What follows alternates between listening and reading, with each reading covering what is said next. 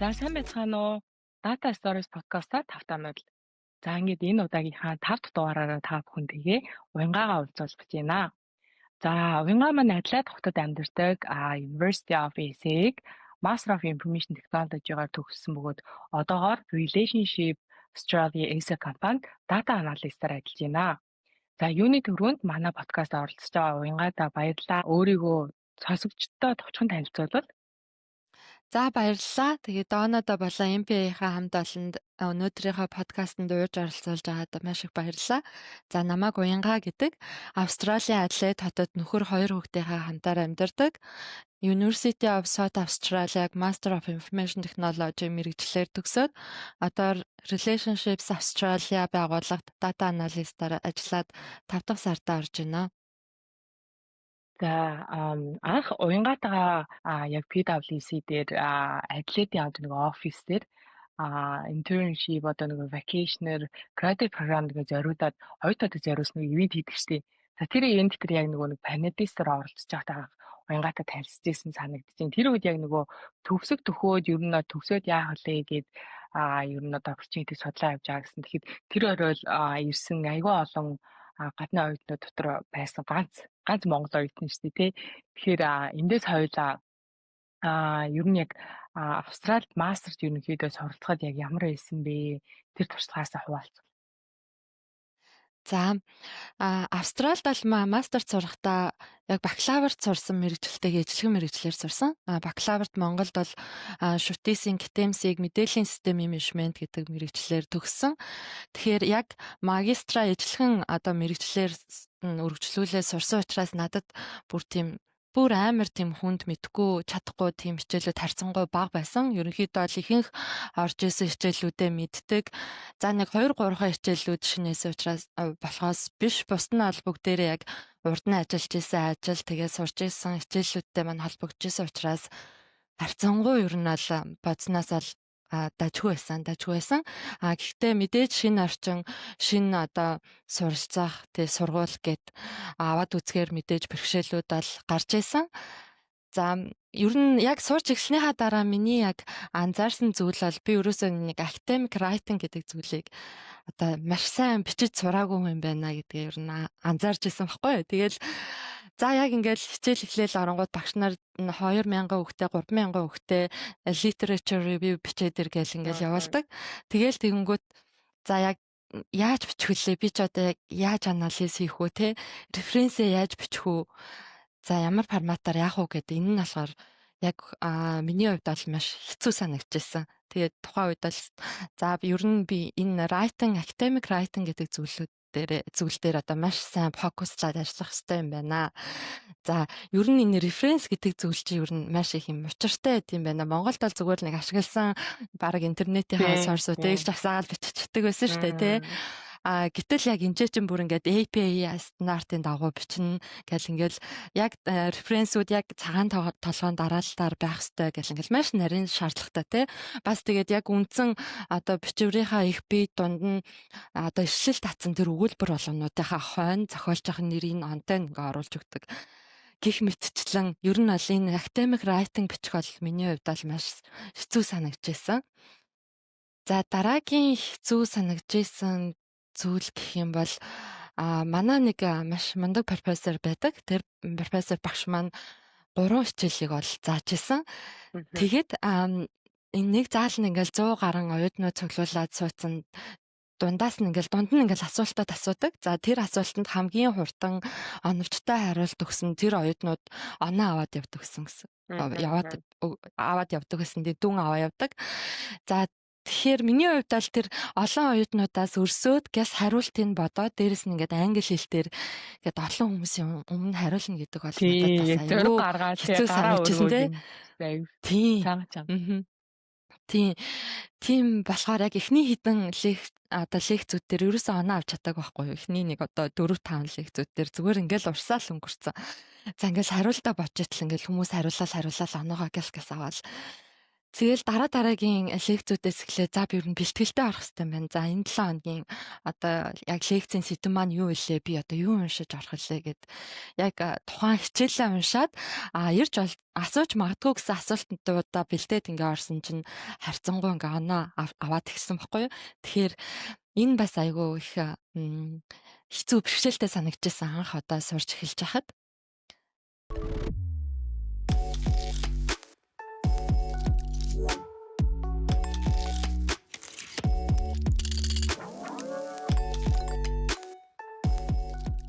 Мгм. За тэгвэл хоёулаа бүр ер нь одоо нөгөө Австралид ирэхээс өмнө одоо замлынхын талаар ярилцъя те. Одоо Монголд ер нь ямар мэргэжлээр урьд нь сурж исэн бэ? За сурч төгсөөд яг ажлын туршлага ямар салбарт яг юу гэж агаад ирсэн. Тэгээ ер нь яг яагаад Австрали руу мастер суралцахаар одоо шийдсэн? Тэр талаараа хуваалцвал. Мгм. За би түрүүн хэлсэнчлэн шүтээсийн гитэмсийг мэдээллийн систем менежмент мөрөгчлөөр төгссөн. За төгсөөд ажлын гараагаа болохоор интерактив компаниас эхэлсэн. Ер нь програм хангамж, систем интеграцийн чиглэлийн үйл ажиллагаа явуулдаг компани байгаа. За энэ компанид мэдээллийн технологийн төсөл хариуцсан менежерээр бол ажлын гараагаа эхлээд 2 жилийн хугацаанд бол маш олон төслүүд дээр ажиллаж байсан. Мгм. Тийм. Ерөнхийдөө бол яг Монголд хэрэгжиж байгаа томоохон төслүүдийг дандаа манай компани хэрэгжүүлдэг. За тухайн одоо жишээлбэл иргэний бүртгэлийн мэдээллийн систем, цахим шуудангийн систем гэл ингээд томоохон үндсэн одоо гол системүүдээр оролцсон явж исэн. За үүний хажуугаар хамгийн гол бас яг хариуцаж ажиллаж исэн төсөл маань болохоор ISO 9001 одоо чанарын удирдлагын систем компанида дотооддоо нэвтрүүлэх тэр ажлыг бол хариуцаад яг ажиллаж исэн байгаа. За үүний дараагаар Хас банкнд бол cyber security хариуцсан одоо мэдээллийн аюулгүй байдлын мэрэгчлэлтэн гэдэг албан тушаал дээр ажиллаад үргэлжлүүлсэн байгаа. За тэгэхээр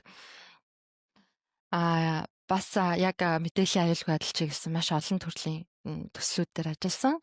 ISO 27001 буюу мэдээллийн аюулгүй байдлын удирдлагын систем, за PCI DSS гэдэг картын системийн аюулгүй байдлын төсөл гэх мэтлэн ер нь голлох яг мэдээллийн аюулгүй байдалтай холбоотой төслүүд дээр оролцоод ер нь ихэвчлэн яг төслийн менежер эсвэл яг төсөл хариуцсан ажилтан гэдэг албан тушаалтаагаар одоо эдгээр төслүүд дээр ингээ оролцоо явж байсан яг үндсэн ажлынхаа хажуугаар гэсэн үг. За тэгээд мэдээж яг Хас банкныхаа болон харилцагчийн мэдээллийн нууцлал аюулгүй байдал хүртээмжтэй байдлыг сайжруулах шаардлагатай тий одоо бодлого журам боловсруулах одоо ажилчдаа сургах за мөн одоо яг юм бодит real time monitoring гэдэг шүү дээ тий яг бодитоор яг орж ирж байгаа тэр сүлжээний урсгалуудыг хянах гэх мэтчлэн яг энэ cyber security да чиглэсэн тэр үйл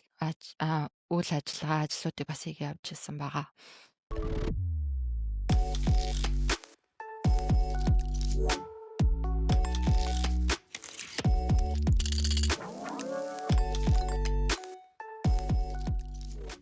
За тэгэхээр Австралид ирэх шийдвэр яг яаж гаргасан бэ гэхээр ер нь 10 жилийн сурагч байхдаа л ер нь Австрали явъя. Ер нь магистрт гадаад улсад одоо суралцъя гэсэн бодлол байсан. За тэгээд яг 10 жилийн ингээл сурагч байхад ингээл миний ингээл математикийн дэвтэрийн ингээл зургнууд нь дандаа ингээд Австралийн Сидней хотын ингээд одоо замнуудын зурагтай одоо ингээ усан дээр ингээ шөвж байгаа юм гоё цагаан замнууд амар гоё тийм зурагтай дэвтэртэй байдаг гэсэн. За тэгэл тэрийг хараад за ер нь би мастра те ер нь мастра бакалавра ч юм уу мастра ер нь гадны улс оронд очиж суралцъя. Тэр дундаа ер нь бол Австрали их гоё улс юм байна гэд тухайн үед бодож исэн тийм. Тэгээд яг Хас банкнд ажиллаж байх хугацаанд за одоо яг ингээд мэрэгчлээ сайжруулъя. Одоо яг цаг нь болсон юм байна те. Би одоо яг энэ одоо ажлын байран дээрээ шаардлагатай бүх зүйлүүдээ ингээд сураад ойлгоод авлаа. Одоо надад тийм боловсролын хувьд юм дээшлэх хэрэгцээ шаардлага байгаа юм байна гэж одоо үнэлээ. Тэгээд Австрали дээр суралцах шийдвэрийг гаргасан байгаа. Аюу сонирхолтой сонсогч байна. Одоо юу М. гэх юм ер нь одоо инженерийн талтай ажиллаж байсан ч гэсэндээ ихэнхдээ одоо төсөл прожектуудыг одоо менеж хийгээд явдаг гэсэн гэж шүү дээ, М. тэ. Project management талдаа бас ажилладаг. Тэгээ дээрэс нь cyber security талдаа бас ажилласан юм шүү дээ хас баахан. За тэгэхээр М. яагаад ер нь cyber security-гээ дагаагүй вэ? Тэгээ ер нь яагаад ер нь яг энэ data analytic гэдэг салбар руу орох юм шийдвэр гаргасан бэ? Мгм. За, cyber security-гээр ер нь бол ажиллах боломж нь Австрал судлаад үзсэн. За тэгэхээр cyber security талдаа ажиллахад одоо нэгдүгээрт бол визний талаар заавал одоо байнгын оршин суух Мм. визтэй байна гэдэг ч юм уу те. Яагаад тэгэхээр cyber security гэдэг маань болохоор яг тухайн байгууллагын одоо мэдээллийн аюулгүй байдалтай холбоотой одоо ажлын байр байдаг учраас одоо Яг зөв. яг Мгм. тухайн ажилтнанд одоо тавигдах шаардлага нь маш өндөр байна штэ тий. Тэрийгээ дагаад Мгм. Мгм. одоо визний шаардлага нь ч гэсэн маш өндөр. Заавал одоо байнгын оршин суух визтэй байж иж энэ хүнийг одоо манай байгууллага авч ажилуулна гэдэг ч юм уу тий. Гих Мм. зэргээр. Мгм. Тийм байна. За тийм хоёрдугаарт яг миний өөрийн маань сонирхол бол илүү дата чиглэл рүүгээ байсан байхгүй юу. Одоо cyber security-гээр ажиллаад явах боломжтой боловч ингээд яг өөрийнхөө ингээд пашныг харахаар илүү ингээд дата чиглэл рүү ингээд ороод ажиллаад үзмээр тийм энэ чиглэл яг өөрийгөө тийм сормоор тийм одоо санагдчихсан учраас за ерөнхийдөө энэ чиглэл рүү ер нь оръё. Одоо ингээд бүх нахлан бодох бүртгэлээс ч юм уу эсвэл IT-ийн суурьтай хүмүүс ч юм уу статистикийн суурьтай гэл ингээл маш олон төрлийн Мм. мэрэгчлээс хүмүүс ингээд хөрвөөд ингээд датаараа ороод ирж байгаа тий. Тэгэхээр хөрвөх боломж нь ерөнхийдөө бол маш өндөр байсан. Тийм. Мгм. Мгм. Мгм. За тэгэхээр саяны одоо дурдсан Монгол дахь ажлын туршлага нь хэрхэн одоо дата чиглэл рүү хөрвөхөд ингээд суурилсан бэ? Мгм. За, ажлын туршлагаас гадна яг бакалавр сурч исэн мэрэгжил маань маш одоо том суурь олж өгсөн гэж би харж байна. Тэгээ Мгм. мэдээллийн Мгм. системийн менежмент гэдэг мэрэгжил маань өөрөө угаасаа л яг мэдээлэлээ яаж мэдээллийн технологийн тусламжтайгаар зөв зохион байгуулах вэ, менежлэх вэ гэдэг тэрэн чиглэсэн юм мэрэгжил. За тэгээ сурч Мгм. авах хугацаанд ингээл компьютерийн програмчлалын кодууд те одоо SQL ч юм уу өөр C гэл ингээл програмчлалын хэлнүүд үзчихсэн. За тэгээ хөгжлийн сангийн удирдлага, мэдээллийн аюулгүй байдал гэдэг ингээд яг одоо ингээд дата дээр ажиллахад шаардлагатай тэр боловсрол мэдлэгийг яг бакалавр сурч байхдаа бас авч исэн. Тэгэхээр энэ маань ерөнхийдөө л дата чиглэл рүү орж ажиллахад яг үндсэн суурь болж өгч байгаа гэж харж байна. Мгм. Мгм. За. За тэгвэл тэгээд өөр шийдвэр гаргаад Австралид мастера хийсэн байна. За тэгэхээр мастера хийж авах хугацаанд ер нь бол ямархуу одоо төсөл одоо internship ч юм уу тэг ямархуу одоо яг энэ practical experience авахар ажлууд хийж исэн бэ, төсвүүд хийж исэн бэ. Тэгээд тэр нь эргээд одоо юу хэ ажилд ороход нь тий одоо карьерт чи хэрхэн яаж нөлөөлж исэн бэ? Тэр талаар одоо юу гэх юм дөнгөж одоо Австралид очиж сурах гэж бодож байгаа оюутнууд эсвэл одоо худалдаж байгаа төгсөж байгаа оюутнууд бас ингээд за ингэчүүл бас зүгээр юм шиг энэ бас аюу хэрэгтэй гэсэн гэж ингээд гэдэг талаас нь сонсч ивэл юу гэж хэлмээр байна. Мгм. За ер нь аль суралцаж авах хугацаанд аль болохоор одоо хичээлээсээ гадуур үйл ажиллагаануудад оролцъё гэсэн тийм зорилготой байсан.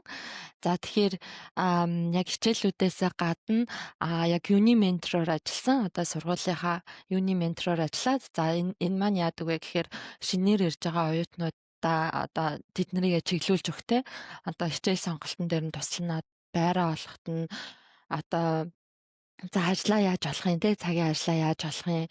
За атлет хотод одоо ямар байдлаар одоо жишээлбэл автобусан цуудын гэх мэтчлэн ингээд яг шинээр ирж байгаа оюутнуудад хэрэгтэй бүх мэдээллийг өгдөг. Мм. Тэгээ ментороор ингээд хэдэн 7 хоногийн хугацаанд тухайн оюутнаа хариуцж аваад а яг одоо яг оюутны тэр амьдралд нь сууршихад нь ингээд бүх талаар нь тусалцаа үзүүлдэг.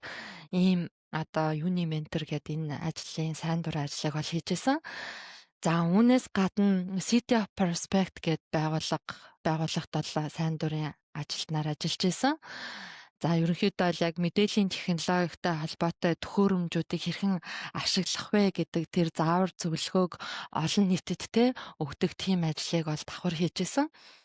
Тэгэхээр Энэ ажил маань, бас нэг давуу тал нь одоо яг нөгөө хүүхдэд дагуулад очиод, суучих боломжтой байдаг. Байсан байхгүй. Тэг ингээд номын санд юу нь бол ажилдаг. Тэгээд хүүхдээ ингээд яг хүүхдэд хэрэгтэй тэр сешнүүд нь оруулаад, тоглуулад тэ хажуугаар нь яг би тэр менторлох ёстой, одоо юмын зааж өгөх ёстой хүмүүстэйг ингээд сешн хийгээд уулзаад яриад тэднэрт, шаардлагатай байгаа зүйлүүдийн тусалцааг нь үзүүлээд тэгээд ажилдаг байсан. Тэгэхээр энэ бол миний хувьд бол яг ингээд маш олон төрлийн хүмүүстэй харилцах, тэгээд communication буюу ингээ харилцааны чадвараа сайжруулах тий. Тэгээ англи хэлний мэдлэгээ ч гэсэн ингээ сайжруулахад бол маш том давуу тал болсон гэж харж байгаа. Тийм. Тэгээд яг одооныхаа ажил бас ороход энэ байгууллагт одоо сайн дурын ажилтнаар ажиллаж исэн маань одоо нэг давуу тал болж өгсөн гэж миний зүгээс бол харж байгаа. Мгм. За, уянгаа маань бас ингээд маш олон Монгол ээжүүдийн адилаар одоо суралцж байгаа хугацаанд за навсрал байх хугацаанд мэдээж гэрээ эзэхтэй за тэгээ хоёр хүүхдийн ээж гэсэн бас ингээд давхар аюу ингээ олон масаар гэсэн ингээ өмсөж явж байгаа шүү дээ. Хичээлээ хийн. За тэгээ дээрээс нь дараагийнх карьерийг хандлаар төлөвлөнө. Волонтерийн одоо энд тэнд сайн дурын ажил хийнэ гэх ингээ зөндөө юмнууд давхар хийж явж байгаа шүү дээ. Тэгэхээр эдгээр зүйлүүдийг ер нь л яаж ингэж балансалж те яаж ингэж бүгдийг ингэж амжуулж юу явхад яг юу юм бол тусалсан гэж бодож байна.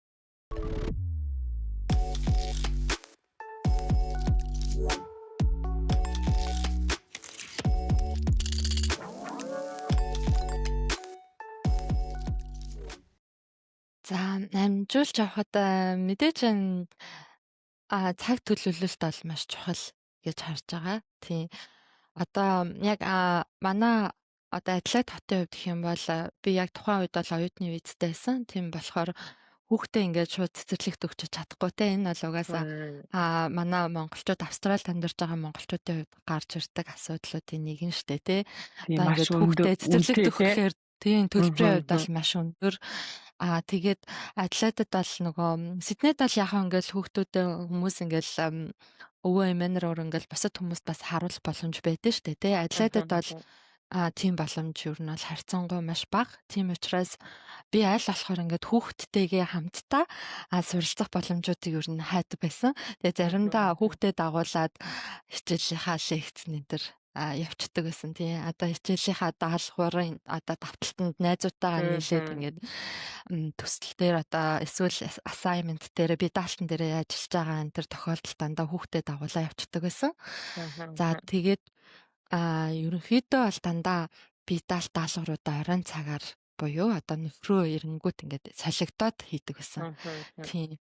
Тэгээд хичээлдээ явахдаа л ер нь хичээлүүдэд 7 хоногийнхаа айл болохоор 2 юм уу 3 өдөр шахаад бусад цагт нь одоо хүүхдээ харах боломжтойгоор цагаа зохицуулаад тэгээд явдаг байсан. Тэгээд яг манай хүүхдүүдийг яг хичээлтэй үеүүдээр бол манай найз нар надад одоо маш их тусалж одоо хүүхдийн маань харж өгч хичээлд явах боломжоор маань хангаж өгдөг байсан. Стомонд стом.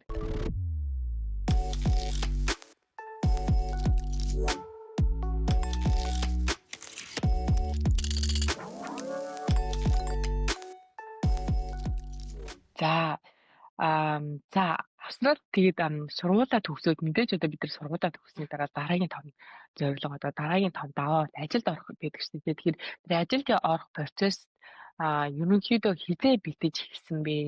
Тэгээд төгсөөд ажилд орох үйл явц ерөнхийдөө ямар байсан бэ? За миний хувьд гэх юм бол одоо нэг одоо алдсан зүйл нь гэх юм уу? Маш орой нөгөө ажиллаа хайж эхэлсэн. За яг ингээд төгсөх семестрийнхаа сүүлийн семестрт оронгуудаа за би ч одоо ингээд 3-4 сарын дараа төгслөө штэ тий. Би ч одоо юу хийх гэлээ гэл одоо гинтхэн ингээд ухаарч эхэлсэн гэсэн үг. Тийм. Тэгэхээр ер нь бол маш орой эхэлсэн байлээ. Тэгээд яг MBA-ийнхаа career coaching програмд бол суухаар шийдсэн. За энэ бол ер нь бол маш зөв сонголт байсан. За тэгэхээр одоо яг LinkedIn-ээ боловсроо одоо LinkedIn-ээ сайжруулах, cover letter бичих, тэгээд ер нь Австралийн ажлын зах зээл яг ямар зарчмаар явагддаг тий. Тэгээд ажлын ярилцлагандаа би хэрхэн бэлдэх вэ гэх мэтчлээ яг ингээд ажилд орох шаардлагатай бүх мэдээллийг нэг доороос ингээд авсан маань одоо надад одоо маш их цаг хугацаа хэмнэж өгсөн. бас нэг талаар бас ингээд төөрөгдөөд ингээд маш олон чиглэлд ингээд ойлгохгүй явах тэр одоо төөрөгдлөөс маань одоо сэргийлж өгсөн. Тийм үүнээс гадна хамгийн том одоо MBA-ийнхаа career coaching суугаад олж авсан зүйл маань юу байсан бэ гэхээр за би ер нь мэрэгчлэрээ ажиллаж чадах юм байна гэдэг тэр өөртөө итгэх итгэлийг олж авсан зориг орсон гэх юм уу. Тийм. Тэгэхээр өмнө нь болохоор яг ингээл хүмүүс за ингээл чи чаднаа ингээл чи дайжгүй байна гэл ингээл нэг хэлэхгүй байгаа байхгүй. Тэгэл би өөрөө л ер нь ингээл за ингээл төгсөөл мэрэгжлийнхаа ажлыг хайж үзье юу ч гэсэн хайхаад үзье. Тэ. Гэтэ бас дотроо амар айцтай би ер нь яг чадах болов гэсэн тийм эргэлзээтэй тийм байсан. Харин яг энэ хөтөлбөртөө суугаад за ингээд дооноо маань ингээд нандаа маань ингээд за болж шүү одоо ингээд жоохын нэгээ сайжруулчих ер нь болж шүү ер нь болоод байна гэл тэгсэн чинь ингээд амар урам ороод зориг ороод за ер нь болох юм байна гэсэн тийм одоо өөртөө итгэх итгэлийг олж авсан. За үүний дараагаар бол эхний ээлжинд бол яг IT-гийн ямар ч хамаагүй ажил гэдэг тийм байр суурин дээрээс одоо аплайдж эхэлсэн. За энэ маань бас жоохон буруу байсан юм шиг надад одоо санагдаж байгаа. Яагаад тэгэхээр одоо IT-гийн ямар ч хамаагүй позишнд орчие гэж ингээл үзэхээр CV-гээ нэгдүгээрт ингээл маш олон янзаар бичих хэрэгтэй тий. Тэгэл нэг ажлын байранд аплайдахад баг ингээд нэг бүтэн өдөр зарцуулдаг. Тэгээ тэр олон одоо позишн руу ингээд материалаа янзалж явуулахад цаг хугацааны хувьд ч гэсэн одоо маш их хугацаа алдчихсан. За үүнээсээ гадна бас ингээд одоо нэг хүн чинь ингээл энержи буураад за би ер нь ингээ болохгүй шүү гэдэг тийм нэг бууж өгөх гэх юм уу те тийм мэдрэмжүүд ер нь орж эхэлсэн. За тэгэхээр за ер нь болохгүй байна. Одоо яг нэг чиглэлээ барья. Одоо угаасаа л би дата аналист энэ дата гэдэг салбарт ажиллахаар энэ улсад ирээд одоо ингээ мастер хамгаалсан. Тэгэхээр яг энэ чиглэлээрээ ингээд ажиллая гэсэн тийм шийдвэр түрээд за яг CV-гээ бүх зүйлүүдээ яг дата чиглэл рүүгээ зориулж янзлаад тэрнээс гадна boot camp авсан. Одоо boot camp авсан манаас одоо яг нарийсаж одоо мэрэгчлээ одоо нарийсаж одоо яг хэрэгтэй чадваруудаа олж авахд бол тусалсан байгаа. Яг бодит компани төслүүд дээр ажиллаад яг дата чиглэл дээр нэг ажиллаад явсан. Тэр маань бол одоо маш богино хугацаанд одоо маш их тэр ур чадваруудыг одоо олгож өгсөн ийм одоо хөтөлбөр байсан. Тий, сая уянгаа маань дурдлаа штэ тийм нөгөө яг би болох юм байна гэдэг тэр нөгөө нэг одоо юу гэх юм тэр нэг одоо итгэл найдар тий тэр итгэл найдрыг хүн олж авна гэдэг чинь аюул зүйл.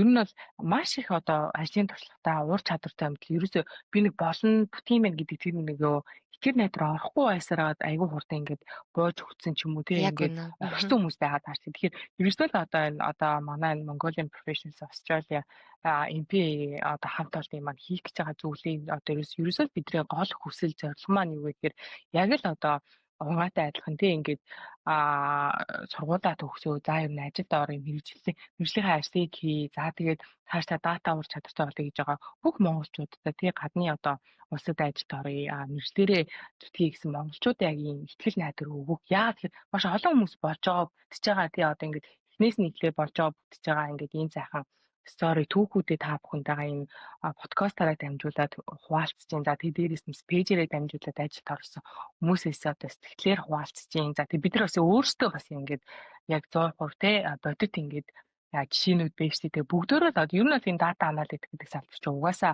шинээр гарч ирсэн салбар учраас дандаа ингэж өөр салбараас карьер шифт хийж өөр салбараас орж ирдэг. Тэгэхээр энэ бол үнэхээр болдог зүйл шүү, бүтдэг зүйл шүү гэдэг ингээд дахин баталж харуул та бүхэнд ийм итгэл найдар өгөх ийм одоо ажлыг бас хийж байгаа шүү. За тэгээд бас дахиад энэ хоёр дахь дурсан зүйл нь бас тэр boot camp гэж ааш тий.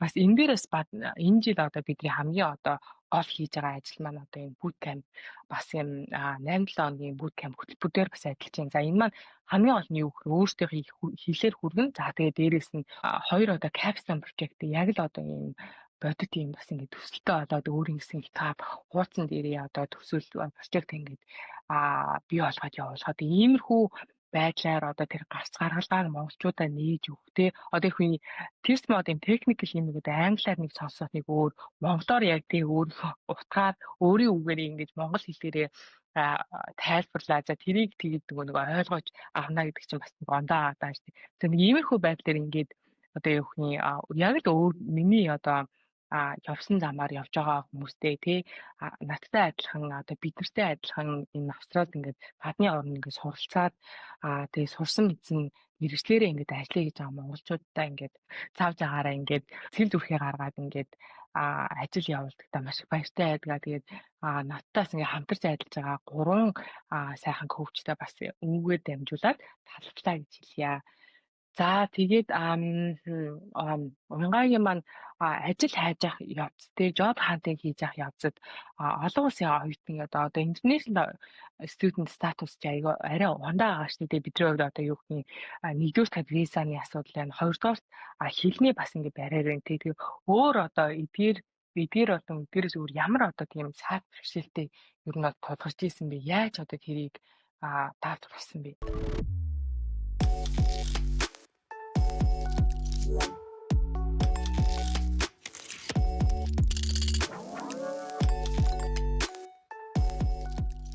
За яг олон улсын оюутны хувьд хамгийн бэрхшээлтэй байсан зүйл нь яг ажил хайх явцад одоо маш олон хүмүүс ажил хайж байгаа шүү дээ тий. Одоо маш олон орноос ирээд ингээ бүгд дата чиглэл рүү орох зарлага тавиад ажил хайж байгаа. Тэгэхээр энэ олон хүмүүсээс би одоо яг юугаараа ялгарч гарч ирэх юм бэ те? Яг миний давуу тал юу юм? Ажил олгогчид би одоо бусдаас юугаараа илүү байж харагдахын гэдэг маань бол миний хувьд бол маш хэцүү санагдчихсан. Ялангуяа манай атлетийн хувьд гэх юм бол яг энэ дататай холбоотой одоо дата аналисттай холбоотой позишнууд ажлын байрууд 7 хоногт ер нь бол нэг 3 4 л зарлагдж байгаа байхгүй юу?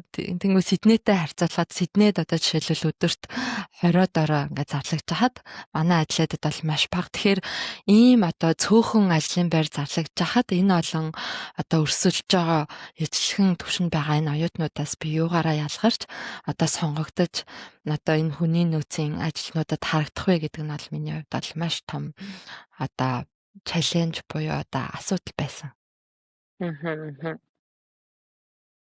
За одоо улсын оюутан байх ч өөрөө угаасаа янз янзын бэрхшээлтэй. За тэгээд тэр түрүүний нөгөө дурсны дагуу одоо communication skill гэж байгаа бид нар угаасаа хоёр дахь хэлээрээ бусдаа одоо харилцаж байгаа юм учраас тий. Тэгэхээр миний асуух байгаа зүйл нь юу гэхээр мэдээж түрүүний өөрөө ч бас дурсны дагуу яг CV, core technique зүйлээ одоо тухайн ажлын зар тохируулж tailor хийх нь нэгдүгээр тухайд хэрхэн яаж хурдан хийх вэ гэдгийг сурах нь чухал. За тэгээ хоёрдугаар тал мэдээж ярьж байгаа тийм үү? Ярьсан дээр интервьюн дээр яг ингээд тухайн хүнийг ингээд persuade хийгээд те одоо ятгах. За тэгээ өөрийнхөө яг нэг ур чадвар скиллээ өөрөө аягүй сайн мэдчихээ тэрийг одоо түүх болгож ярих тийм чадвартай байх хэрэгтэй шүү дээ. Тэгэхээр одоо ярьцгаанд одоо бэлдэж байгаа процесс нь ерөөхдөө хэр байсан бэ? Яг ямар зүйлүүд ер нь бол өөрчлөж илүү туссан гэж бодож байна. Ярьсны одоо яг тэр процессээс ер нь хэдэн удаагийн ярьцлаганд нийт орсон гэлээ. За ер нь бол 3 удаагийн ярьцлаганд орсон. За эхлээд материалаа явуулаад үүний дараа яг анхан шатны ярьцлаганд дуудагдсан. За энэ эхний ярьцлаганд бол зүгээр менежертэйгээ хоёулаа ярилцсан. За үүний дараа бол яг ийм техникэл ур чадварын маань сайжруулах энэ даалгавар 3 хоногийн хугацаа өгөөд надад өгсөн байгаа. За тэгээд энэхүү одоо даалгаврынхаа үр дүнг нь одоо тайлагнах 2 дахь удаагийн ярилцлага байсан. За энэ ярилцлаган дээр бол ерөнхийдөө яг executive manager болон бусад менежерүүд бол орж ирсэн. Тэгэхээр яг энэ 2 дахь удаагийн ярилцлага бол яг хамгийн голлох шийдвэр гаргасан юм том ярилцлага байсан гэж харж байгаа. За 3 дахь удаагийн ярилцлага бол ерөнхийдөө бол зүгээр ажлын байрны гэрээгээ ярилцах те цалингаа тохирох ч юм уу те яг тийм нэмэлт зүйлүүдээ ингээд ярилцсан юм ярилцлага байсан.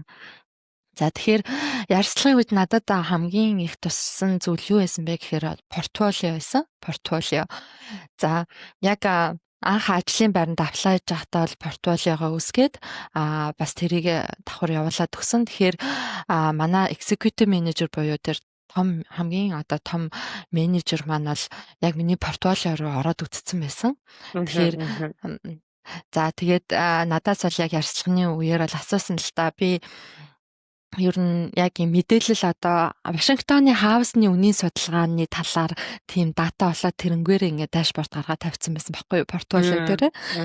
Тэгээд яг менежер маань чи яагаад заавал ингээ Адледи хаусны үнийн судалгаа хийгээд ийм дашборд гаргаагүй хаа байсан тэр холын Америкийн Вашингтоны тий хаусны үнийн судалгаа гаргаад тавьсан юм бэ гэх зэргээр ингээ асуултууд тавьсан.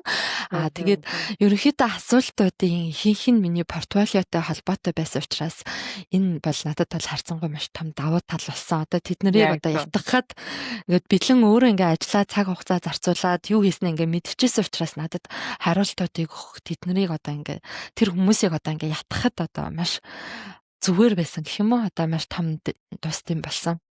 За мэдээж ярилцлагын үеэр надаас бас яг байгууллагынхаа үйл ажиллагааны чиглэлтэй холбоотой маш тийм хэцүү асуултууд айгүй их орж ирсэн. Одоо жишээлбэл одоо манай байгууллагын хувьд гэх юм бол ихэнх нь ингээ эмэгтэйчүүд ажилдаг те 70-80% нь одоо эмэгтэй хүмүүс ажилдаг. Тэгэхээр чанд одоо яг юм урд нь эмэгтэй хүмүүстэй ажиллаж исэн туршлага байна уу гэдэг ч юм уу те. Яг ингээд ерөөсөө ингээд ийм асуултууд орж ирнэ гэж төсөөлөөгүй тийм асуултууд бол орж ирсэн.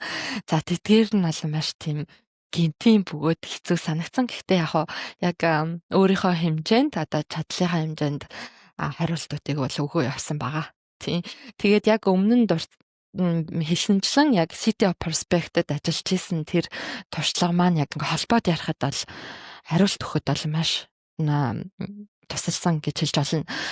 Яагаад тэгэхээр яг мэржлэг нөгөө ашигын төлөө бас байгуулах ерөнхийдөө бол үйл ажиллагааны чиглэл нь олон нийтэд гэр бүлүүдэд ингээд чиглэсэн учраас яг холбоод яг энэ чиглэлийн асуултуудад хариулаад явхад бол маш том тусалцаа үзүүлсэн байна. За яг зөв. Тэгэхээр одоо техникэл чиглэлээр ажилд орох гэж байгаа хүмүүс за data science, data analytics за энэ салбарлын юмнууд ажил гаргаж байгаа хүмүүсийн сая уянгайгийн дурсны дагуу одоо өөрийн гэсэн портфолио байх тийм өөрийн гэсэн одоо аль хэдийн ингээ хийцэн тий портфолио байгаад өөр GitHub account-нд одоо publish хийцэн ингээ хүнд үзүүлэх зүйлтэй байна гэдэг чинь мэдээж одоо юу гэх юм тань тэр уур чадвар байгаа гэдэг итгэхээс гадна давхар яг одоо тэр ялсан дээр хүртэл ингээд ярихад өөрийн гэсэн story тэр түүх болгоод ярихад за тийм мэдээж тэр чинь өөрөө хийсэн зүйл учраас тэрийг demonstrate хийгээд тэрийг тайлбарлаад ярихад бол хамаагүй ингээд өөрийнхөө хувьд давуу тал болдог ахна шүү. За хоёрдугаар бас сайн нэг дурсны дагуу тий оюутан байхдаа хийж исэн тий тэр volunteering part time intern job ямар л бол ямар одоо бүх энэ Австрали ямар сайн ажиллаж исэн гэсэн тэр experience чинь тэгээ тэр туслах чинь чамд ингээд хэрэг болно. За тэгээ тэрс маа одоо юу гэх юм төгсөөд яг ямар салбарт ажиллая гэж бодож байгаа юм те. Тэр салбартаа ер нь төхөө тэр салбар руу ороод за тэр салбартаа одоо тэр сайн дурын ажил хийх бүхэл одоо ямар л бол ямар төрлийн байдлаар те өөрийн туршлагаа хөрөнгөлүүлээд явах дараа нь бас яг дахиад яг одоо жинхэнэ одоо full time ажиллаа хайгаа явж байгаа чинь ингээд өөрт ч юм одоо аюу ингээд давуу тал болоод тий яг тэрийг ингээд холбоод ярих тийм одоо relate хийх тийм storyтой болдог байх нь үстэй. Тэгэхээр эндээс дараагийнхаа асуулт руу ороход одоо тэгвэл яг хийдэг ажил нь яг юу вэ? Data analysis гэдэг яг одоо энэ компани одоо data analysis хийж байхдаа өдөр тутмын чинь ажилт юм нь бол ямар хөө үүрэг оролцоод одоо ордог вэ?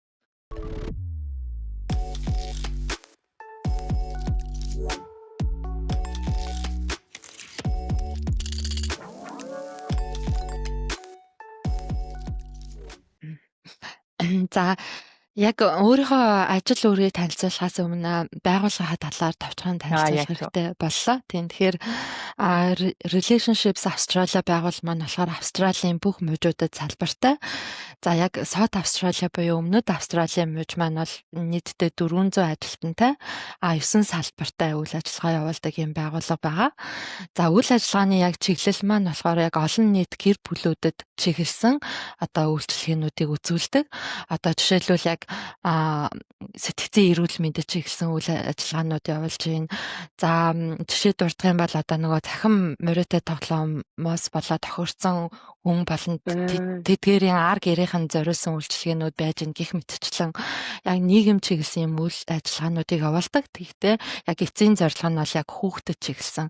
Хүүхдийн одоо эрүүл аюулгүй орчинд сууж боловсрох эрүүл одоо гэр бүлд өсөж торнох тэр одоо зүйлийг хангах зорилготой ашигтай ийм байгууллага байгаа. За тэгэхээр манай байгууллага бол ашигын төлөө бас байгууллага. Санхүүжилтээ бол ерөнхийдөө funders буюу энэ засгийн газар болон бусад байгууллагуудаас авдаг ийм байгууллага байж байгаа. Тэгэхээр миний яг өдөр тутмын хийдэг гол ажлуудын нэг нь болохоор одоо засгийн газарт одоо тайлан бэлтгэж өгөх те. Одоо өөр бусад funders буюу энэ санхүүжүүлэлт хийж байгаа байгууллагуудад одоо товлол тайлангуудыг бэлтэж өгөх маань бол хамгийн гол одоо үндсэн ажил үүрэг маань нэг байж байгаа. За тэгээд байгууллагуудаас хамаарат одоо энэ тайлангуудаа сар тутамд юм уу эсвэл улирал тутамд эсвэл 6 сар тутамд гэдэг ингээд өгөөд явдаг байгаа. За үүнээс гадна манай байгууллага сая яг 10 сарын 1-ээр үндсэн системээ бол шинжилээ Salesforce гэдэг системийг бол нэвтрүүлсэн. Тэгэхээр яг энэ системтэй уялдаад одоо дотоодод шаардлагатай тэр тайлангуудыг одоо шинээр бүтээгтэй шинээр бий болгох юм ажлууд бол хийгдэж байна. Тэгэхээр яг энэ тайлангуудыг хариуцаад яг эднийг боловсруулад ингээ хийгээд гаргаад явж байгаа. Тэгэхээр ерөнхийдөө яг үндсэн ажил үүрэг үүнээс гадна л яг data governance-а бас хариуцаад явдаг. За яг энэ байгууллагынхаа одоо data governance монголоор одоо юу гэх юм бэ? Мэдээллийн засаглал гэх юм уу те.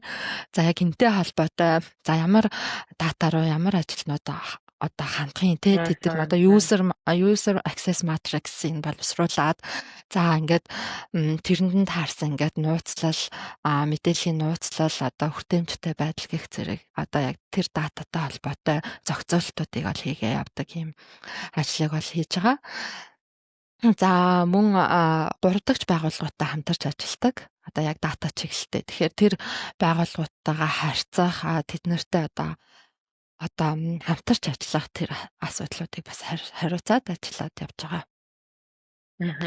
Тийм. За Австрали компани ер нь соёл ерөнхийдөө ямар санагдчих юм Монголд ажиллаж исэн ажлын туршлага одоо тэр орчин тэ соёл байгуулгын соёл гэдэг зүйлээс ерөнхийдөө Австрали яг юугаараа ялгаатай юм шиг санагдсан. Одоо юу нь илүү таалагддаг вэ?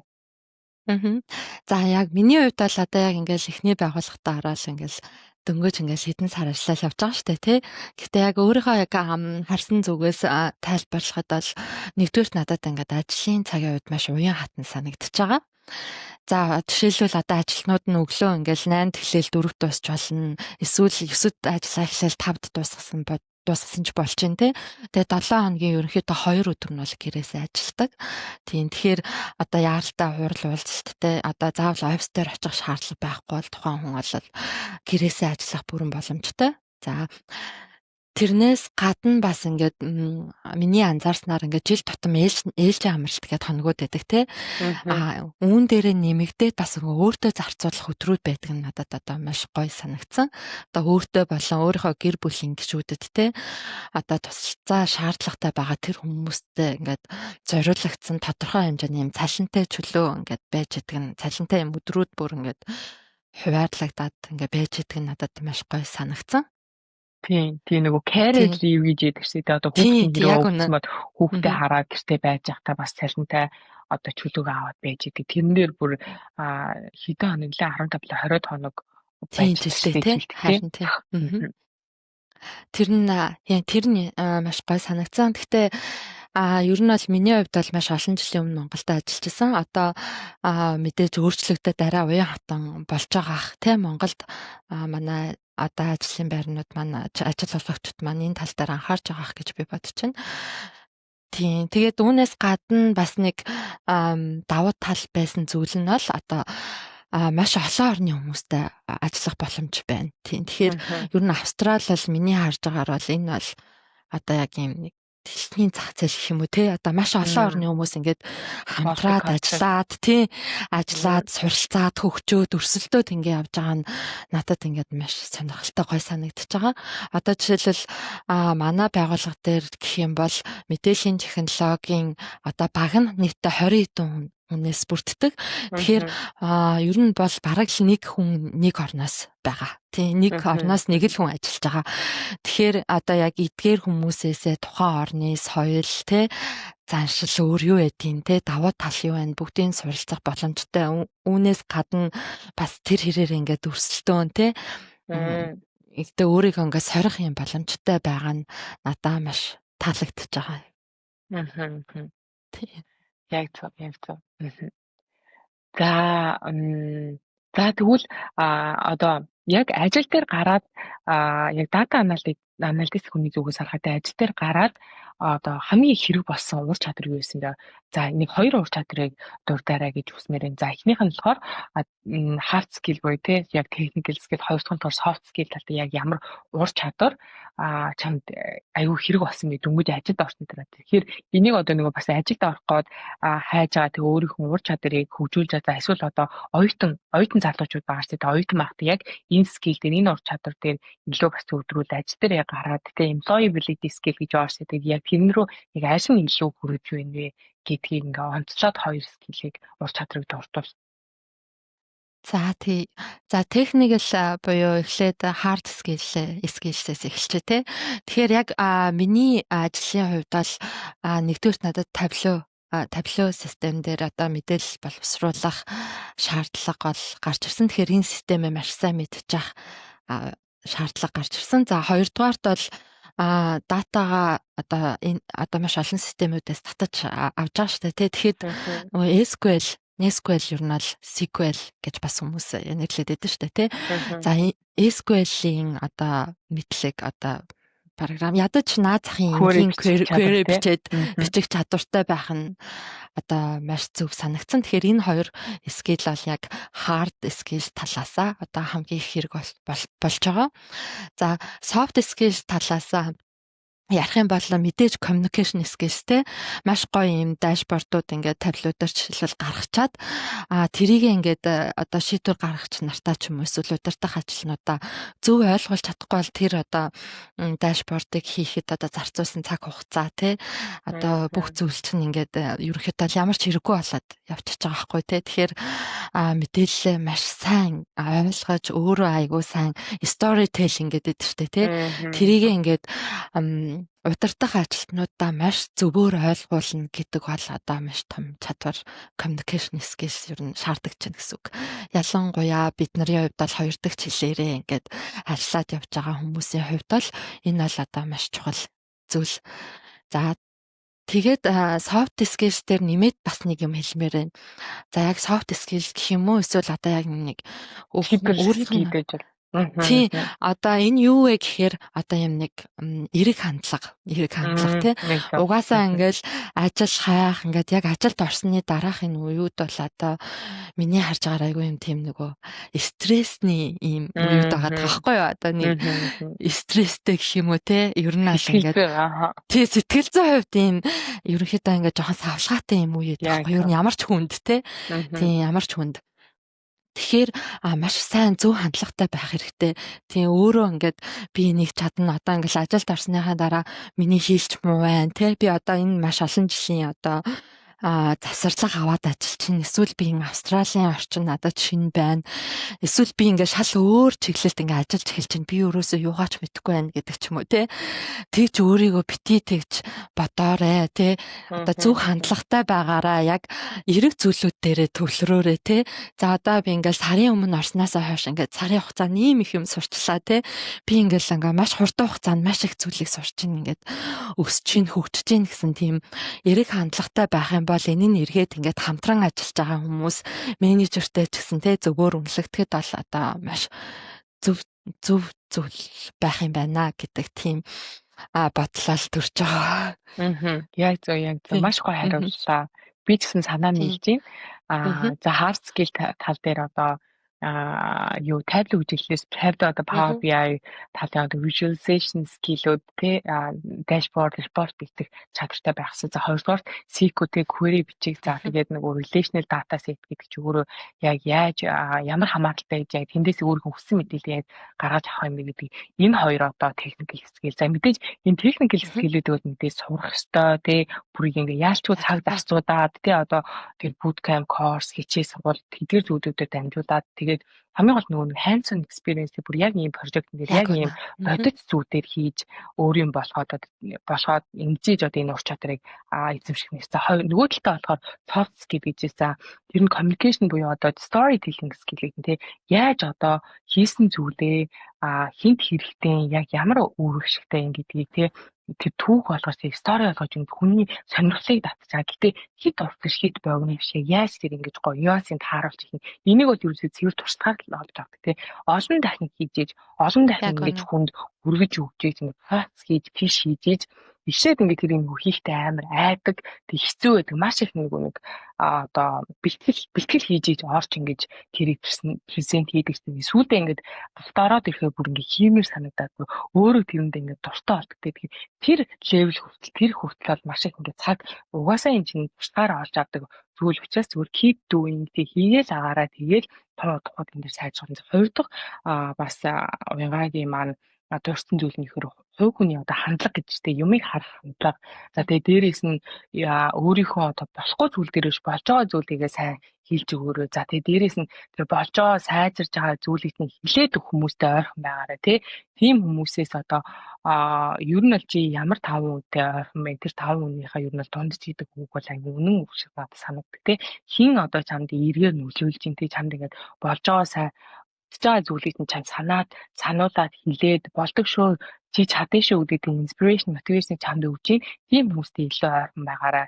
Тийм хүмүүстэй илүү цаг зав тусдуулаарай. За тийм мэдээж өөрөө тийм гоё энергитэй тийм бодолтой хүн чинь ажил дээрээ очиж цуг байгаа хүмүүстэй яг тэр гоё юм аа тараагаад тэгээд мэдээж хүн болгонд ингээд тийм easy going амар тайван тийм эерэг хүнтэй хамт ажиллахыг хүссэн хүнээс ингээд баян өмсгөө зангидсан яана энийг сийшээ харсан ууртаа уцаартай өвдөө сэтгэл хангалуун биш хүнтэй бол хүн аль болох зайгаа байхыг бодно шүү дээ. Тэгэхээр энэ чинь зөвхөн ингээд техникэл одоо hard ур чадрын асуудал биш юм аа. Энд чи эргээд одоо people skill гэж хүнтэй харьцах харилцаа бусдад түгээж байгаа. Чи юу бусдад түгээж чи хүнд бодиттой одоо юу хийн positive эерэг тийм хандлага, тийм энергийг өгж байгаа мó гүмүү гэдэг чинь ер нь бол хийж байгаа зүйлээс чинь бас хийж байгаа зүйлтэй чи авчирч байгаа одоо value-тэй чинь энэ тэнцүү бас ингээд үр ашигтай байдаг шүү гэдгийг бас ингээд сануулж байгаа юм л дээ. Баярлалаа.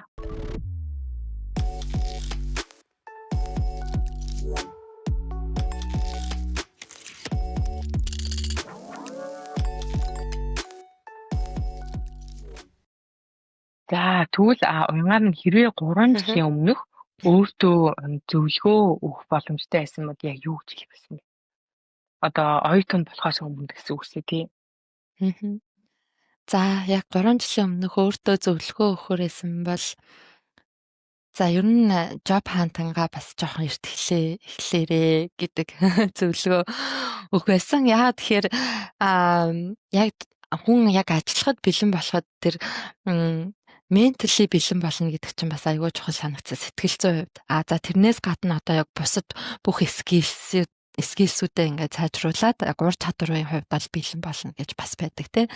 Тэгэхээр миний хувьд бол яг 3 жилийн өмнөхөө ингээд эргээ бодохоор ерөнхийдөө бол боломжууд гарч ирж ирсэн. Яг одоо энэ чиглэлтэй ажиллах боломжууд бол гарч ирж ирсэн байгаа байхгүй. Тэгэхээр яг бэлэн байгаагүйгээсээ болоод одоо тухайн боломжуудыг бас юм алдсан тохиолдлууд байгаад байна. Тэгэхээр ерөнхийдөө одоо яг өмнөх өөртөө хэлэх юм бол одоо бэлэн байгаарай тий. Одоо ирж байгаа тэр боломжууд бэлэн байдал хоёр ингээд огтлцоороо тэр зүйл одоо ингээд одоо биелдэгтэй амжилт агуулдаг юм байдаг. Тэгэхээр миний хувьд бол ингээд сэтгэл зүйн хувьд одоо би бэлэн биш байсан байгаа байхгүй. Тэгэхээр за би ер нь чадах болоо да гэдэг тийм эргэлзээтэй. За ямар ч байсан нэг сургуулаа төгсч болъё гэх тий. Тийм бодолтой байсан. Тэгэхээр хэрвээ яг өөртөө хэлэхээрсэн бол нэгдүгээрт тийм бэлэн байгаарай. Аль болох сэтгэл зүйн хувьд одоо ур чадваруудаа ч гэсэндээ яг энэ чиглэлтэй ингээд тогтмол сайжруулад яваарай л гэж хэлэх байсан баг тий. Тийм. Тэрнээс гадна бас нэг хэлмээр байгаа зүйл нь ер нь австралчууд аягүй их юм нөгөө short talk буюу ингээд юм богино хэмжээний яриа хийж сурсан хүмүүс байгаад байна шүү дээ тий. Тэгэхээр бидний ингээд соёл ингээд анзаараад хахад арай өөр тий. Монголчууд ингээд бид нар ерөнхийдөө бол тэгэл яг ингээд танихгүй хүнд очиод ингээд хамаагийн хувийн амьдралаа жишээл ингээд ярих гэхээр жоох эвгүй байгаад идэв штэ тий. Тэгэхээр би ер нь бол яг юм жижигхэн юм харилцааны энэ зүйлүүд дээр ер нь эртнээс анхаарах хэрэгтэй байсан байна гэж бодсон өөрийгөө. тийм дүгнэлт тавьсан. Тэгэхээр одоо яг Австрал дээрээ суралцаж эхэлж байгаа хүмүүс энэ байх юм бол те өдөр тутамдаа зүгээр адаглал зүгээр нэг кофе авахтаа ч юм уу те кофе шопинг ажилтнтай хөрөх яриа өрнүүлдэг ч юм уу юм жижигхэн тийм яриануудыг маш сайн хийж сураараа энэ эргээд ингээ ажил дээр гараад найзтай болох те одоо хамтран ажиллагчтайгаа ойлголцох тэр нь бол маш их хэрэг болт юм байна гэж анзаарсан тийм. Тэгэхээр энэ хоёр зүйлийг л өөртөө хэлхийг хүсэж байна да. Тийм. За. За дата аналитик гэдэг дата уур чадвар гэхээр ерөнхийдөө нөгөө дататай ажиллах уур чадвар, Excel, Power BI, SQL, Tableau, Python гэдэг хідэн төлөвлөлттэй ажиллах тий. Бага одоо өгөгдлийг одоо ямар нэгэн төвс хэлбэр оруулаад shift оруулаад тэрийг одоо хэрэгтэй мэдээлэл болгож хүргэх тэр уур чадвартай өмнө хилдээд байна шүү дээ. Тэгэхээр ер нь энэ дататай ажиллах уур чадвар тийм үү одоо юу гэх юм дата гэдэг чинь зөвхөн одоо тэр Python-д оруулаад хэрэгжилж чадвар том хэмжээний дата хэлэхгүй байгаа шиг. Дата гэдэг чинь одоо Excel дээр байгаа хідэн тоотой хідэн хүснэгтэй энийг хүртэл одоо дата гэж хэлж байгаа шүү дээ.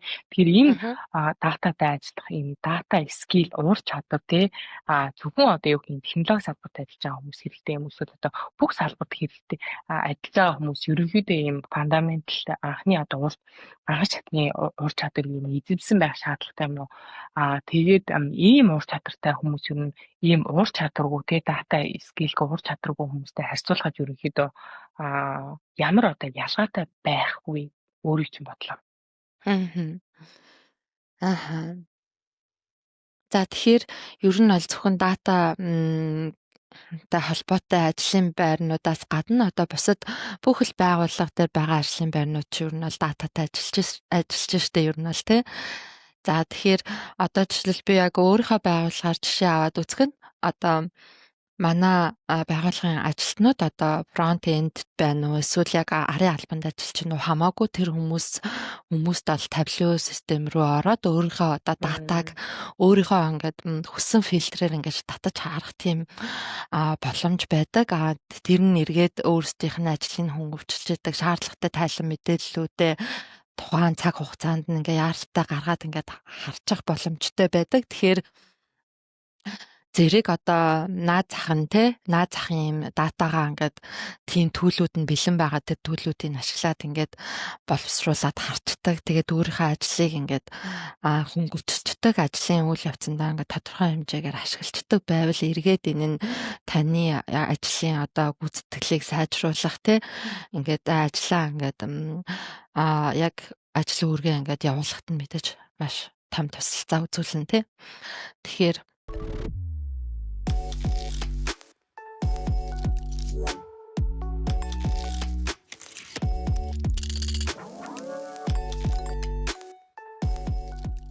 Яг зөв. Би ч гэсэн санаа нийлж байна одоо юу гэх юм.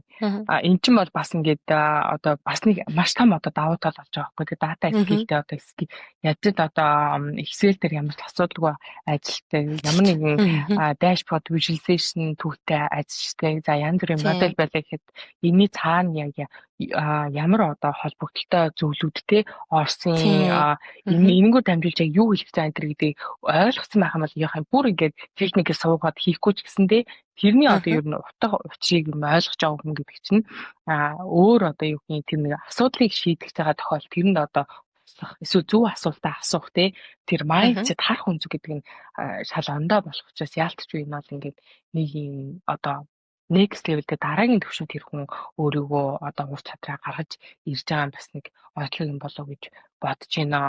За уянгагийн хувьд карьерийн хувьд ингээд дараагийн төлөвлөгөө юу нь бол юу байгаа вэ? За яа миний хувьд бол одоо яг энэ дата салбар руугаа дөнгөж шинээр ороод ингээл ажиллаа явж байгаа шүү дээ тий. Тэгэхээр эхний ээлжинд бол би ер нь бол энэ чиглэлтэй эксперт болъё. Тэг өөрийгөө сайжруулъя. За энэ заавал байх шаардлагатай одоо энэ hard skills-үүдээ сайжруулъя нэгдүгээрт. За хоёрдугаарт одоо өөрийнхөө давуу талыг бий болгоё тий. Одоо Tableau, Power BI, SQL ч юм уу одоо энэ үндсэн системүүдийг бол дата анализ чиглэлээр ажиллаж байгаа одоо бүхэл мэрэгчлэтнүүд бол тодорхой хэмжээнд бол мэдчихээн тий. Тэгэхээр за энэ хүмүүсээс илүү би одоо яг юу сурвал одоо бас ялгарч гарч ирэх юм тий. Одоо байгууллагууд маш хурдтайгаар AI чиглэл рүү орж ийн тий. Тэгэхээр энэ чиглэлийг одоо жишээлбэл дата анализ дээр яаж ашиглах юм тий. Одоо deep learning, одоо machine learning гэл одоо ингээл AI ч ингээл хөгжөөл маш хурдтайгаар хөгжиж явж байна. Тэгэхээр яг энэ чиглэлийн ч юм уу те яг ингээд бусдаас өөрийгөө ингээд илүү гаргаж харагдуулах боломжтой тэр скиллсүүдийг ер нь аль суралцъя гэсэн тийм төлөвлөгөөтэй байна. Тийм нэгдүгээр. За хоёрдугаарт ер нь явандаа ер нь бол хүн удирдах үзье те одоо за нэг ганц хоёр хүнтэй багч исэн болно штэ те одоо яг энэ чиглэл рүүгээ ер нь явъя менежерийн төвшөнд ажиллаж үзье гэсэн бодол бол байгаа. Тийм. Яг зөв. Техникэл одоо яг ийм салбарт ажиллаж байгаа хүмүүсийн хувьд бол ур чадвараа өргөж ингээд хувцсаж явах шинэ гарч ирж байгаа зүйлд ерөөс ингээд нон стоп бид ингээд learn хийж авах багаар ингээд catch up гэдэг энэ ингээд нэг талаа exciting аягүй гоё. Яа тэгэхээр бид нар ерөөс ингээд юу гэх юм оюутан байхдаа сурсан скиллэрээр ингээд та 10 жил ажиллаж байгаа хүмүүс байгаа шүү дээ. Тэгэхээр яг технологийн салбарын нэг гоё нь юу гэхээр тэр дандаа өөрчлөгддөг. Тэгээ жил болгон шинэ юм гарч ирдэг бол тэндээ keep up хийхийн тулд тэрийг одоо суралцж байхад өргөж ингээд learning хийхээс өөр аргагүй болж тэр нь нэг талаа exciting-тэй нүүлээ бас challenging асуудал гарч ирдэг. Давхар ингээд гаргах ёстой. Тэрэнд чи ингээд цаг зарцуулаад ингээд сэтгэл гаргаад тавиад бүр ингээд time management зүйл бол айгүй хэрэгтэй болдог. За тийм мэдээж дараагийнхаа карьерийнхаа хувьд одоо удирдах төвшөнд очино гэдэг бол маш зөв одоо юу карьерийн хувьд бол тийм зорилго. Тэгээд угаасаа энэ бол маш ойрхон байгаа гэдэгт бол маш ихтэй байна. Яа тэгэхээр өөрөө угаасаа бас Монгол project management чиглэлээр ажиллаж исэн. Тэгээд маш тустай одоо ур чадвар, skill тэгээд хувь хүний хувьд бүх зүйлс ингээд бэлэн байгаа учраас энэ бол ерөөсөө цаг хугацааны асуудал шүү. Тэгээд амжилт хүсье. За баярлалаа. За тэгвэл хамгийн сүүлийн асуултаа асууя. За одоо энэ подкастыг сонсож байгаа за ер нь гадаад яв суралцъя. За эсвэл одоо гадаад суралцж байгаа тэгээд мэргэжлэр удахгүй гадны хооронд адилж үзье гэж бодож байгаа монголчуудаа залуучуудаа зориулж тэднийг одоо урам зориг өгөхөөр нэг зүйл хэлээч гэвэл юу гэж хэлэх вэ тэдэнд? Урам зориг. За ер нь хэд бол ер нь зоригтой л ах хэрэгтэй л гэж хэлмээр энэ ер нь зоригтой одоо жишээлбэл Монголоос ингээл гадаадд суралцъя, Австралид ирж суралцъя гэсэн тийм зорилго мөрөөдөлтөй залуучууд зөндөө эдэн штэ тий. Тэгэл одоо яг бидний хувьд гардаг кейс Австралийн боловсролын системийн одоо үн өртөг нь ямар вэ тий? Маш өндөр байж байгаа. Тэгэхээр залуучуудыгаа бити ингээд одоо санхүүгийн боломжоор ч юм уу өөрсдөө хаагаараа байгаа нөхцөл байдлаараа өөрийгөө бити ингэж одоо нэг хил хязгаартай boundary үсгээрээ тий яг одоо байгаа нөхцөл байдал чинь ирээдүйд хэн болохыг чинь одоо тодорхойлохгүй шүү. Тэгээд яг тэр боксоосоо гараад аль болохоор том мөрөөдөөд тий одоо санхүүгийн ч юм уу тийм одоо нөөц бололцоогоороо өөрийгөө бити хязгаарлаарай. Тэгээд зоригтой байгаарай. Тэгээд мөрөөдлийнхөө төлөө хүссэн зүйлийнхаа хойноос явдаг байгаарай л гэж хэлмээр тийм. За баярлалаа уянга. Өнөөдрийн ярилцлаганд оролцож түүхээ хуваалцсанд маш их баярлалаа. За тэгээ энэ яриа маань маш олон монгол залуусыг урам зоригтойгоор дата ертөнцид хүл тавихад тусаална гэдэгтэй байна. За баярлалаа. За баярлалаа тийм. Маш их баярлалаа.